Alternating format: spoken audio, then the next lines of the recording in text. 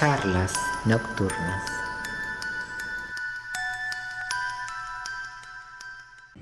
Hola. Hola.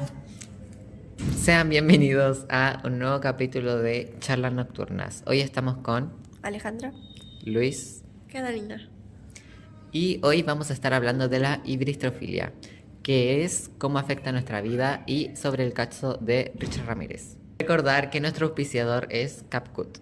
Primero que todo, si vamos a hablar sobre la hibristofilia, tenemos que saber qué es. La hibristofilia es un fenómeno psicológico en el cual una persona se siente tanto atraída amorosamente como sexualmente hacia una persona que ha cometido actos delictivos o que tiene comportamientos socialmente inaceptables.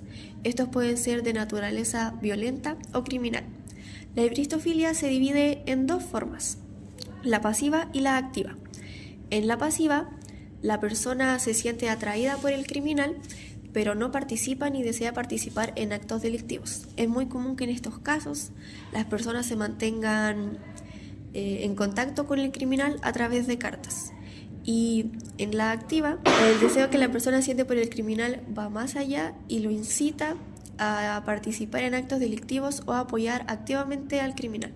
En muchos casos, las personas se convierten en cómplices o hasta incluso parejas del criminal. Ok. Me parece muy interesante, creo que no es muy conocido ese síndrome. Yo creo que la gente sabe que pasa esto, pero no es que sea un síndrome como tal. Con nombre. Sí. Siento que no le dan tanta importancia igual al Sí. tema. Es como bueno, las fanáticas de siempre, como Sí. One Direction. Bueno, ¿quién es Richard Ramírez? Richard Ramírez nació en 1960, del 29 de febrero.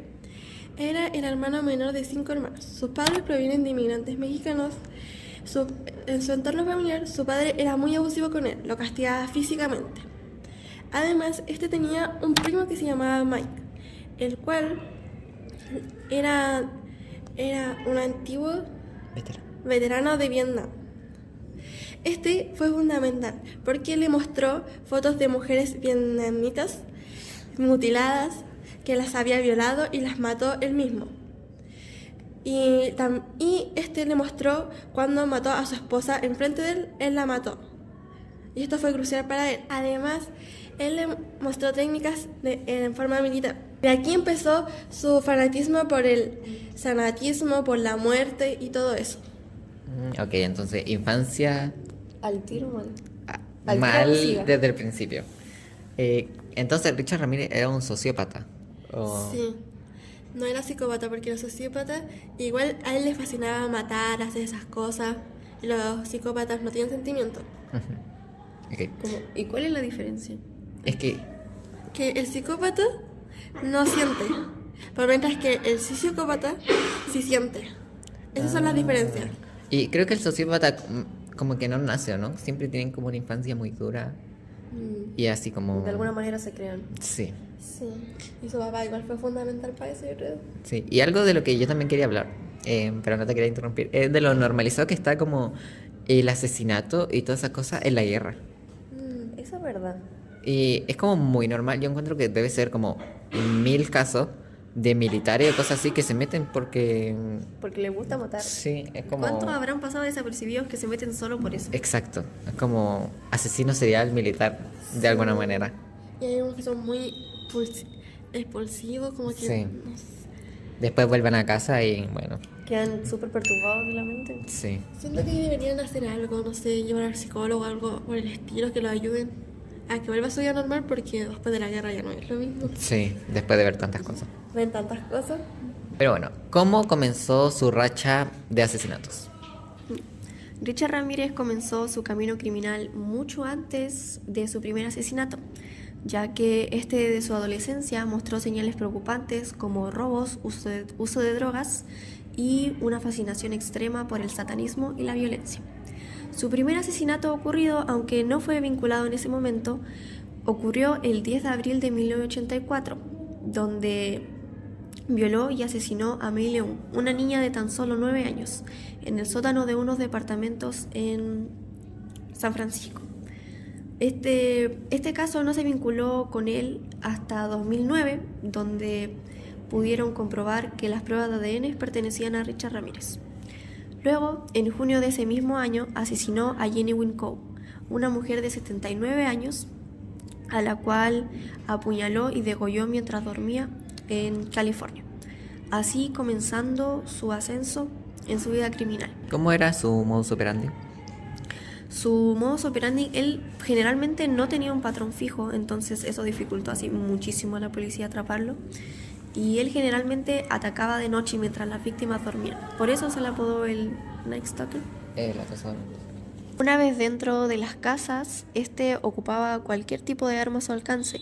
Podían ser cuchillos, machetes, cables o incluso utensilios de cocina para cometer a cabo sus crímenes. A no le importaba si eran ancianas, niños, hombres o mujeres. Asesinaba a cualquiera. Y a veces, en algunos casos, torturaba, abusaba y obligaba a sus víctimas a jurar por Satanás. Y en muchas escenas del crimen solía dibujar pentagramas o símbolos satánicos, reafirmando su obsesión por el satanismo. Además de cometer los crímenes, robaba joyas, dinero o aparatos electrónicos para poder satisfacer sus necesidades de drogas y su vida nómade. Wow. Okay. ¿Cómo fue su captura y juicio? Bueno, el 31 de agosto de 1985, después de un año de múltiples asesinatos, la gente ya estaba completamente atemorizada por este acosador nocturno. La policía logró encontrar la identidad de Richard Ramírez gracias a una huella dactilar que estaba en su auto. Entonces, ahí se difundió su imagen por absolutamente todos los medios de comunicación. Todo el mundo ya sabía, se tenía esta imagen de memoria de el acosador nocturno. Y el 31 de agosto de 1985, cuando él estaba volviendo desde Arizona a Los Ángeles, se dio cuenta de como que la gente lo miraba como raro, así como más de lo normal. Y claro, es como la gente ya tenía de memoria la foto. Y fue así como la gente ya empezó a darse cuenta que era él, empezó como a gritar así como el acosador nocturno, hay que matarlo. O sea, literalmente la gente salía con tubos y bates así a la calle para lincharlo, literalmente lincharlo. Y bueno, en todo esto llegó la policía, obviamente, y por su seguridad, o sea, terminó siendo mejor para él porque la gente iba a matarlo, o sea, completamente. El juicio dio inicio en 1988. Duró un año hasta 1989 y se le dieron múltiples cargos, como 13 cargos de homicidio, 11 de agresiones sexuales y 14 robos. Este juicio terminó siendo como incluso más polémico que los propios asesinatos porque, bueno, Richard tenía como esta personalidad muy extravagante, muy de Hollywood. Él le sonreía a la cámara, él se dibujaba pentagramas y después lo mostraba. En una ocasión dijo Hail Satan, o sea, completamente ido, y la gente ya tenía como este pánico satánico en los 80 de por sí, entonces, y que de hecho una asistente del jurado fue asesinada por su pareja, que al final no tendría nada que ver con el caso, era algo aparte, pero no hizo como más que incrementar el miedo a Richard Ramírez y a sus fanáticos, así como que seguía el peligro, ¿no? A pesar de lo mediático de este caso, Richard Ramírez pasó 23 años en el corredor de la muerte. Él fue sentenciado a pena de muerte por gas, si no me equivoco. Increíblemente pasó 23 años en este famoso como corredor de la muerte, que es donde están todos los reclusos que van a ser asesinados. Bueno, él estuvo ahí 23 años porque seguía dando como... Alargando. Sí, seguía alargando y alargando hasta que finalmente murió en 2013 por cáncer y problemas al hígado. Bueno, creo que aquí la justicia falló un poco. Bastante falló. Sí, Para que lo o sea, atraparan tanto. 23 años. ¿Cómo pueden alargarlo tanto? Sí, que o sea, no mató a nadie ni nada pasó en los 23 años, pero sí es raro. Como, ¿por qué le dais una sentencia y después no lo haces? Pero bueno, más a fondo, ¿qué es la hibristofilia? Bueno, la hibristofilia, como ya dijimos, es esta parafilia de una persona que se siente atraída sexualmente por una persona que ha cometido actos delictivos. Suelen ser agresiones sexuales o asesinatos. Pero ojo, no todas las fans de asesinos seriales son ibristofílicas. Para esto deben cumplir una serie de requisitos que es el sentirse atraída sexualmente por el hecho delictivo. Ahí se marca la línea, digamos. Tengo mucho miedo, chiquillos. Sí, este caso, Está demasiado aterrador. sí. Pero, ¿saben qué cosa a mí me da miedo? Más miedo, no contar con un buen editor de videos que siempre nos acompañe y sea completamente gratuito. Por eso nosotros siempre usamos CapCut, la mejor aplicación para editar desde el celular. Pero bueno, ¿por qué suele surgir la ibristofilia?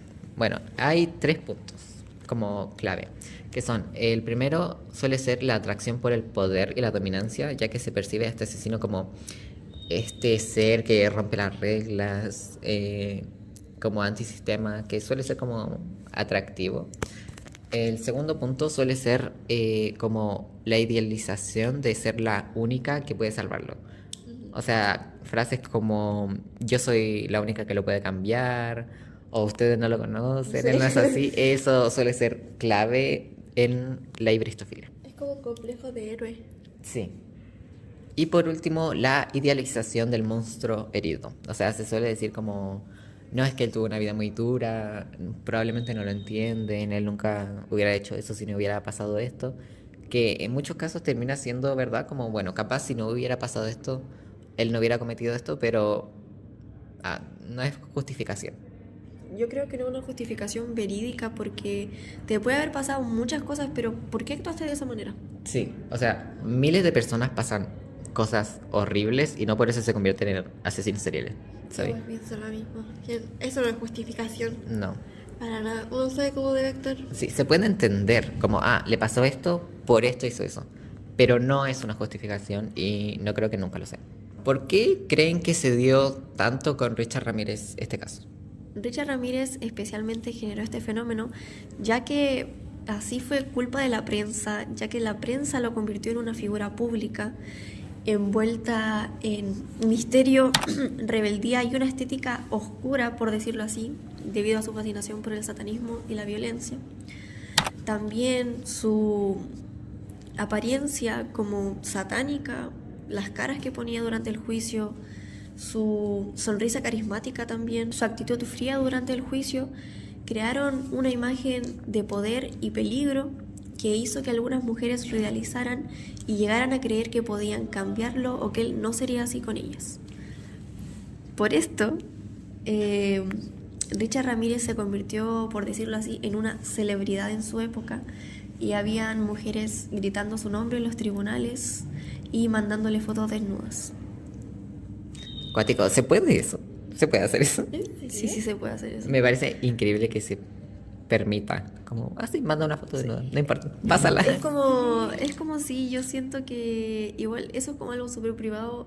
Sí, Ajá. Es como no le mandé una foto a cualquiera y menos un asesino. sí, es muy extraño. Pero Y bueno. esas personas tendrán otro problema, además de eso, porque ¿cómo le puedes mandar esas fotos tan íntimas a una persona que es un criminal que hizo No, otras cosas? yo creo que eso siempre se debe juntar, como la ibristofilia siempre se debe juntar con otro problema mental. Yo creo, como la falta de, no sé, De cariño. de cariño materno, podríamos Sí, decir. de hecho, vamos a hablar de eso próximamente. ¿Este síndrome solo le pasa a las mujeres? Mira, mayormente sí, pero no exclusivamente. El 99% de los casos documentados son mujeres atraídas por hombres criminales. Posibles razones pueden ser que la cultura premia al hombre peligroso, las historias románticas que romantizan que las mujeres rediman al hombre peligroso. Sí, desde niños, de hecho, nos ponen como esa cultura de... bueno, el hombre es agresivo y todo, pero Y tú tiene que puedes mostrar- cambiarlo. Sí, tiene como mostrar poder, pero si llega la mujer indicada, ya Sí. no va a ser más así. Puede Onda, cambiar. la Bella y la Bestia. Sí, literal. Sí, el de Harley Quinn y Joker, ¿o no? Sí. Porque Sí, ella- también. Ella realmente creía que podía cambiar. Eso es Era como- Era su psicólogo, su psiquiatra, creo, o Sí, algo así. eso es como un ejemplo más moderno, digamos. O también incluso cuando dicen como, ay, es que te molesta porque le gustas. Es como... Sí, siento que eso está demasiado normalizado. Sí, eso está muy normalizado y es una forma más de normalizar que, bueno, el hombre es violento, pero hay que perdonarlo y porque él es así, ¿sabes? Sí. ¿Será una enfermedad? Bueno, aunque la hibristofilia no se considera una enfermedad, sí se considera una parafilia, ya que esta interfiere en la vida diaria, puede llevar a cometer actos peligrosos, como, bueno, juntarte con un asesino, eh, romantizar o perdonar el crimen. Y además, en criminología se estudia más como un comportamiento atraído por la violencia, más que como un trastorno clínico puro. La hibristofilia, ¿fue algo que se quedó en los 80s, 90s y 60s o es algo que sigue afectando nuestra vida? Actualmente sigue afectando, pero en esos años fue donde más se dio y tenemos varios ejemplos como el de Jeffrey Dahmer. Jeffrey Dahmer fue un asesino serial estadounidense que durante 1978 y 1991 asesinó a más de 17 jóvenes. La brutalidad de los crímenes fue algo que destacó mucho en su caso, ya que en este hubo secuestros, torturas, violaciones y desmembramientos.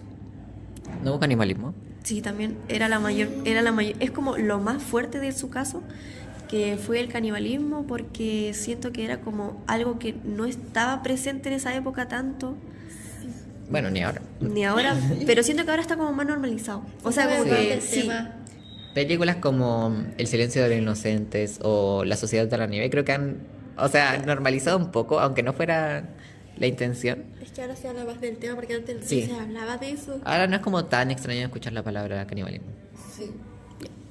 Este fue atrapado en 1991, pero murió en 1994 en la cárcel debido a la agresión de otro recluso. La brutalidad de los crímenes fue algo que impactó mucho a la sociedad y con eso llevó a las mujeres a idealizarlo y decir que por todo lo que había pasado en su infancia, los problemas con su madre, lo habían afectado y llegaron como a justificar sus crímenes. Además de que, bueno, para esos años él era atractivamente lindo. Yo no lo considero ahora lindo, la verdad. Pero sí, muchas mujeres lo justificaban, le enviaban cartas con dinero, fotos, o simplemente iban y lo apoyaban, apoyaban su liberación. Ok. Incluso ni siquiera antes, cuando salió la serie de Jeffrey Dahmer, volvió todo este boom Sí. de romantizarlo. Había personas que romantizaban hasta el asesino. Porque se entiende que el actor, pero el asesino no. Sí, entiendo a Evan Peters ya, pero Sí. Jeffrey Dahmer. Una cosa es separar como al asesino del actor, porque en esa época, que creo que la serie salió en 2022, Sí. ya. Por ejemplo, en mi TikTok a mí me salían muchos edits de Evan Peters, pero también me aparecían edits de Jeffrey Dahmer, Sí. memes de Jeffrey A Dahmer. mí también. Entonces siento que volvió como todo eso y no hay como... Yo siento que en estas series que están creando ahora, porque por ejemplo esta ya tiene su tercera entrega, que está la de los hermanos Menéndez y la de Ed Gein, siento que en estas series intentan humanizar al asesino, siempre encuentran una manera de humanizarlo, pero no le dan el homenaje a las víctimas. Sí, Como que los romantizan a ellos. sí. Y siento que si haces una película de un asesino, o sea, es medio que tu obligación darle el respeto a las víctimas que se merecen. Sí, y no es solo en esa serie de monstruos de Netflix, es en múltiples películas actuales. Hubo una en la que, de Ted Bundy, en la que vamos a hablar ahora, en la que lo interpreta Zac Efron, que bueno, ya Ya. cualquiera. Y de hecho creo que ni siquiera habla como de los crímenes en sí, es más como la historia de amor que tuvo con alguien. ¿En serio? Recomendada. También, Ross Lynch interpretó a Jeffrey Dahmer también en una otra película. ¿Qué? ¿Quién pone actores bonitos? Yo siento que lo hacen a propósito. Sí, no, 100% lo hacen para generar como polémica y que de alguna forma la gente termina viendo, porque uno termina viendo la película. Pero, ¿cuál es el punto? ¿Sabéis? ¿Dónde se raya la línea entre marketing y lo moralmente correcto? Sí. Pero bueno, hablemos de más casos en los que ha afectado la hibristofilia. Ahora vamos a hablar sobre Ted Bundy.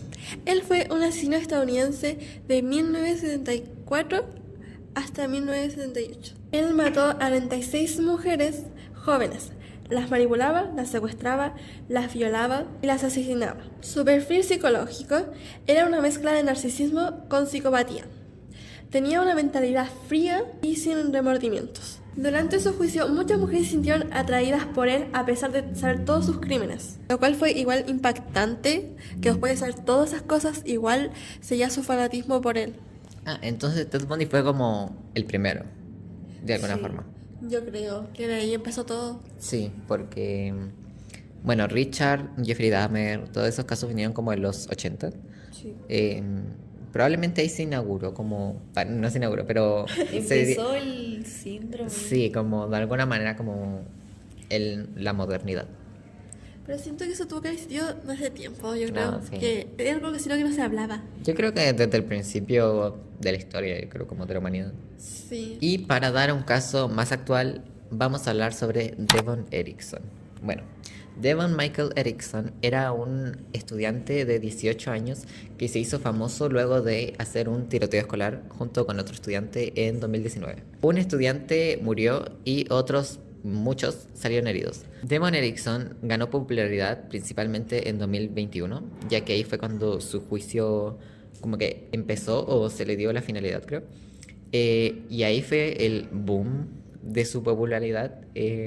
La gente le hacía edits, comentarios como es demasiado lindo para estar ahí o deberían perdonarlo. Esos comentarios eran cosas del día a día, tanto así que se le terminó como apodando por ciertas personas como el asesino de TikTok. Yo no lo encuentro en ese tiempo, ahora menos Ni lo encuentro ahora. lindo. No. No sé dónde estaba. Sí, no sé de dónde se sacaron todas estas personas que lo Sí. asesinaron a Es lindo. que Yo en no ese lo... momento él estaba como de moda ese estándar de ocupar el pelo a todo Sí. largo, Y la mascarilla. La mascarilla. Que no se te viera la cara. Clave. Sí, es verdad. Entonces yo siento que era como, Sí. eso fue muy clave. Pero yo nunca lo veo, ¿sabes? Yo, bueno. No sé, capaz, no sé si yo como que inmediatamente al saber lo que hicieron como dejan de parecerme atractivo. Pero creo que ni así, ni aunque no hubieran hecho nada. Igual puede ser como que capaz son los asesinos más lindos dentro de todos los asesinos. Puede ser. Como, bueno, los demás son feos. No, es que yo creo que no sé, yo siento que para quizás a algunas personas sí le apreció un asesino serial bonito, pero ¿a qué punto tiene que llegar para Sí. querer como justificar todo lo que hizo? Sí. Es algo muy raro, o sea. Hasta hubo un criminal que era muy bonito de cara. Y después, como cuando salió, lo convirtió como en modelo de una marca. ¿Cuál? Es uno muy bonito que es como... Bueno, tarea para la casa, investiguen quién es. Pero bueno, de hecho, Devon Erickson después en la cárcel engordó y la gente dejó de ser su fan. Sí, gordofobia. No, pero eso fue muy extraño. O sea, literalmente, solo por el físico. ¿Y cuál físico? No había físico. Literal era un flacucho. Ahí se ve que Con- solamente el físico. Sí. En sí, porque engordó al tiro y ya no. Sí, ya como, no dio más. ya, en cárcel. Pena perpetua. Sí, ya en serio no más. El Bueno. pretty privilege es como que afecta Sí. demasiado, pero demasiado era demasiado en la sociedad, yo creo Sí. que demasiado. Es que uno como lo bonito lo percibe como lo bueno. Lo Sí, malo, lo feo lo sería, feo. lo percibe como malo. Sí. Pero bueno, ¿qué opinan nuestros estudiantes de élite actuales sobre todo este tema? Hoy estamos entrevistando a Isidora Sepúlveda. Isidora. ¿Alguna vez escuchaste el caso de Richard Ramírez? Un poquito me han salido videos en TikTok, pero más allá de eso no. ¿Alguna vez idealizaste a algún criminal o psicópata? Los he encontrado bonitos, sí, pero no he traspasado esa línea. ¿Qué opinas de la gente que se enamora de criminales, asesinos o psicópatas? A ver, siento que igual tienen algún problemita en la cabeza, porque siento que se cierran mucho a lo físico y no ven más allá de lo que realmente son como personas.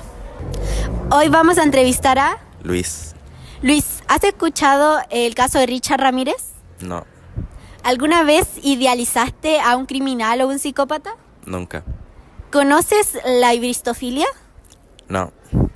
¿Qué opinas de las personas que se enamoran de criminales o psicópatas? Que depende también del contexto o de las situaciones, sí, porque obviamente no todas van a ser las mismas, pero sí, yo creo que A lo mejor va a depender mucho del caso en sí y pucha, si se enamora igual es algo complejo y yo creo que tampoco se puede juzgar de una forma tan poco profunda, por decirlo así, pero al igual es un tema complejo porque igual a una persona tampoco le corresponde decir si le parece o no a los sentimientos de una persona, aunque muchas veces no sé si fueron muy forzados o qué sé yo, pues yo creo que ya depende de cada persona y no creo que nadie tiene el derecho de juzgar a una persona por enamorarse de la persona que sea. ¿Estamos con? No, Forniel. No. ¿Tú conoces el caso de Richard Ramírez? Sí, ¿Qué conoces de él? que era un asesino que mataba principalmente en la noche y violaba mujeres, parece. ¿Qué opinas de esa gente que se enamora de su asesino serial? Pienso que es algo como más superficial porque Richard Ramírez antes tenía como cero higiene y ahora que se había arreglado la cara, la gente lo empezó a ver más bonito. Entonces siento que en vez de fijarse en que es un asesino, se fijan como más en la apariencia. Ok. ¿Cómo conociste el caso de Richard Ramírez? Por YouTube parece, es que suelo ver muchos casos de criminales, entonces como ¿Conoces el de Jeffrey Dahmer? sí. ¿Sientes que es parecido al de Richard o no? Sí, puede ser. Aquí estamos con Ian, Ian. ¿Tú conoces algo del caso de Richard Ramírez? nada. Nada, cero. Ya. ¿Tú qué opinas de esa gente que se enamora de su psicópata o asesino? Pucha, es medio raro igual, pero por ejemplo, pongámonos en el caso de que, claro, si es un secuestro, por ejemplo, es la única persona con la que empiezas a desarrollarte socialmente. Entonces, finalmente, quieras o no, termina pasando, pero lo encuentro raro en lo personal, obviamente. ¿Conoces a alguien que ha encontrado guapo a algún asesino? Ponte de una serie, una película. O sea, ya, si hablamos de serie y películas, quizás del actor, pero no sé si del crimen o del asesino real. Pero hay gente en internet media que sí, que defiende a las personas por cómo se ven y todo eso. ¿Tú has encontrado guapo algún actor que ha interpretado un personaje de asesino serial? Sí, quizás no en su papel de asesino serial, pero fuera de eso, claro, sí. ¿Y tú conoces algo del caso de Jeffrey Dahmer? Sí, de él sí conozco harto. ¿Qué opinas de toda la gente que encontraba guapo a ese actor cuando interpretó a ese personaje? Ya, son gustos cuestionables porque ya creo que todos tenemos gustos cuestionables, pero la gente luego de esa serie, como encontró guapo al actor y todo, empezó como a justificar cada acto de Jeffrey Dahmer y no de cómo lo interpretaba el actor, sino de el asesino en verdad. Entonces la gente todavía no aprende a cómo diferenciar la realidad con la ficción, o amigos, estamos haciendo una interpretación y quizás no es verdad. Pero hay mucha gente que todavía no logra captar esa diferencia. Bueno, muy interesante todo. Sí, yo siento que actualmente no es un tema que se sigue hablando. Sí, Tuve muy poquita información de eso.